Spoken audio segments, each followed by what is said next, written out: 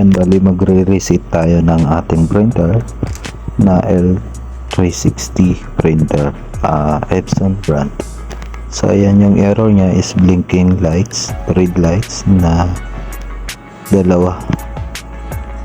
Trinay na din natin siya i-on and off, yan pa rin yung error niya, blinking lights pa rin. Tapos hindi tayo na makakapag-print. Bali pinull out na natin siya, nilagay natin siya sa ating pwesto, sa ating mismong computer na para supportive ng ating computer yung mga kung ano man yung gagawin natin sa kanya ay madali natin mag-troubleshoot. So yan, pumunta tayo ng browser, nag-open tayo, pumunta tayo ng Epson website, tapos magda-download tayo ng Epson Resetter. Click, bali isi-search nyo lang yung Epson L360 Resetter, tapos i-download natin. So yan, naka-download na nga tayo at naka-zip siya para safety. So yan, after natin maka-download sa ating browser, punta tayo sa downloads file, i-run natin yung application or Epson Adjustment Program. Model name, select lang natin yung L360 kung ano mang model yung printer niya.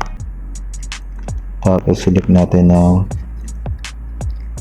with ink pad counter. Yan, click OK. Tapos i-check nyo yung main pad controller. Yan. Tapos check. Yan, makikita nyo dyan sa 100% na check, meron tayo na 6,201 na 230. Click initialize and both clicks OK. Tapos ng please turn off the computer or the printer. Yan, turn off na natin siya. Tapos click OK dito. Tapos please reboot printer. Ito turn on na natin siya. Napapansin nyo mawawala na yung error niya na blinking lights na 2 lights. Yan, so goods na siya. Yan.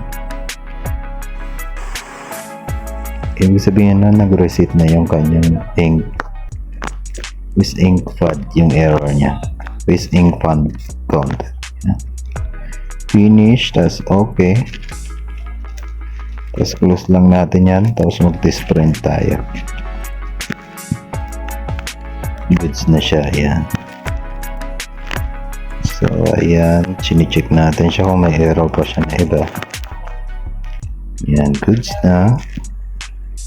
Bali mag-test print na tayo. Hanapin natin sa ating computer yung Epson L360. Yan, sa device and printer, tapos manage, tapos select natin yung print test o print a test page. Yan, tapos print quiet. So yan, pag nag-print na yan, goods na yan. At yun lang, kadali. Kailangan lang natin mag-download ng application ng pang reset